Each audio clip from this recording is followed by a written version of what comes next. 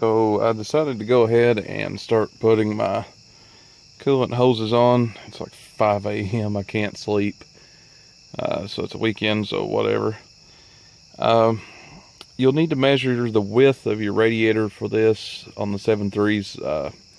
For whatever reason, there's a difference. With mine, I had the 31-inch radiator. It specifies either a 31-inch or a 37-inch. So go ahead and measure that before you go in and get your parts. Now this was just a Daco setup. Here's the part numbers, length code C, whatever that means. 71556 is the part number. Pretty simple, straightforward. The guy was pretty cool about it. He just took it out and made it up, made sure of what I needed. So advance is not completely useless, so let's get to it. All you're really going to need for this upper hose is a flat blade screwdriver to undo the worm clamps with.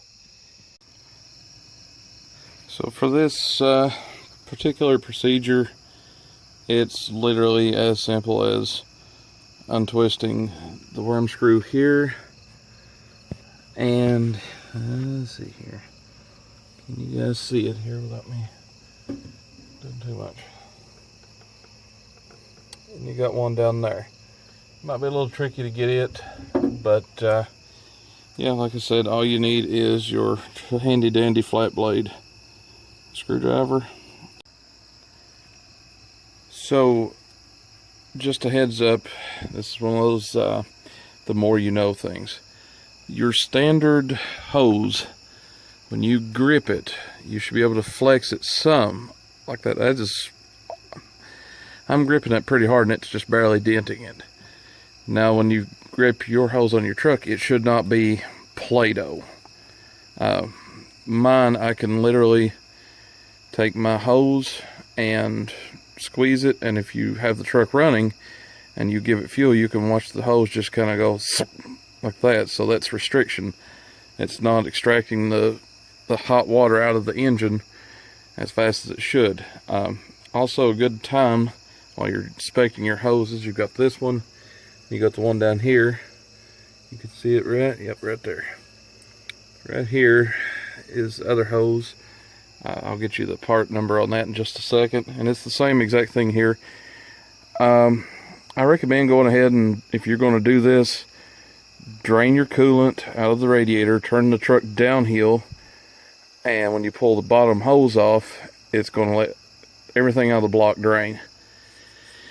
And then you can fill it with the fleet charge stuff, coolant, or whatever coolant you like, except as long as you make sure it has the anti-cavitation and corrosion inhibitors in it. That really helps keep the block from cavitating and otherwise basically just eating away and eroding from the inside out due to rust.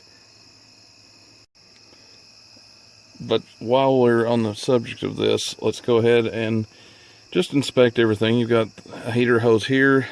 Previous owner did this with a piece of hose just to keep it from wearing through. I'm actually going to make or buy a clamp that holds it up out of the way. So there's that. It goes from your heater core over to the top of your water pump right here. It has a worm clamp on it also, just like your upper hose here. And then you have another heater hose that comes from your core all the way over, and it goes right here to the side of the block. So there's that. So you got two heater core hoses. It comes over to the engine, upper hose and lower hose, and then of course your coolant. So this is going to cost you, I would safely say, about $100, something like that. 100, maybe 120, depending on brands and stuff like that. Overall though, it's not a hard job. Like I said, most of what you need is just simply a flat blade screwdriver, and it's good insurance to keep you from overheating the engine and so forth. Engines are weird. They need X amount of heat to be efficient, and be up to temp and running what's in spec. But at the same time, too much heat can kill one really quick. This is also a good practice if you see, your coolant hand spiking when you give it fuel, going up hills, towing and stuff, so forth.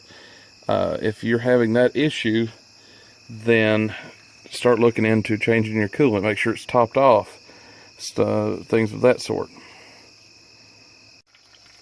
So while this is draining, I've got everything set up, it's catching it down there. While it's draining, I wanted to talk about coolant filters. Get one. You'll never go wrong with getting one, because that just saves your water pump. If you're going through water pumps, or you're getting plugged heater cores, or you're just getting some nasty stuff, even your thermostat, if it's giving you issues, just go ahead and change your coolant and stuff, do everything fresh, and put a coolant filter in. I'm planning on one very, very soon. I don't know if I'll just make set up through a buddy of mine has made a parts list of stuff. It's about $50 to build one, or you can get one from a place such as Sinister Diesel that already has it on hand. You just simply cut your hose, install it, and it's done.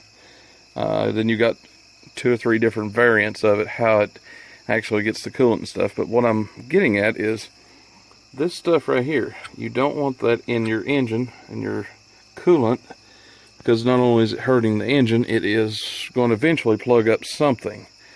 That something happens to be, in my case, my new looking radiator that came with the truck.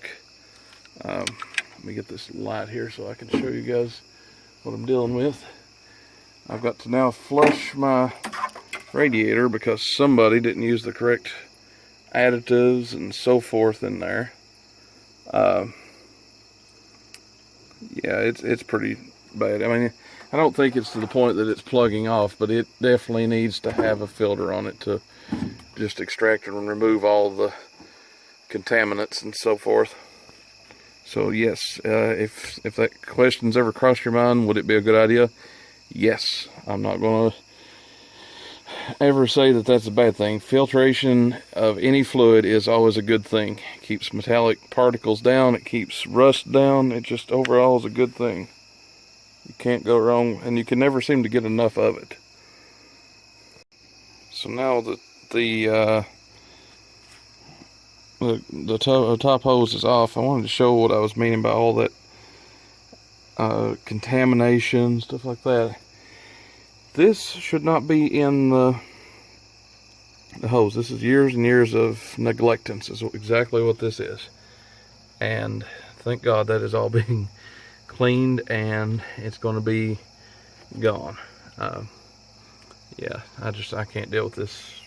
I can't in good faith run this truck the way that I got it. So it's getting new everything, new filters, fluids, hoses, so forth. So that's what I was meaning. All that nastiness that you're seeing there, that is neglectance. And I just kind of wanted to show the hoses too.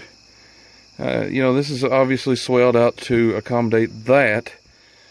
But look at this. I mean, you can just see where this has swollen over time. Just, yeah, it's cooked. It's because when you see separation like that in a hose, it's time to just replace. I mean, that hose right there is $12. If that breaks me up, I've got a serious problem, considering how much more expensive everything else is. I mean, for an idea of the coolant system, $25 gets you upper and lower radiator hoses. $35 to $40 gets you a new water pump, and then $10 in hose over here for this. So you're looking at $100-ish to replace everything. But the thing is, you shouldn't have to do that unless there's an obvious problem. Unless you can rock this forward and backward and your water pump move, the pulley move, being that it is worn out, you shouldn't have to be touching this, other than make sure it's got coolant and go from there.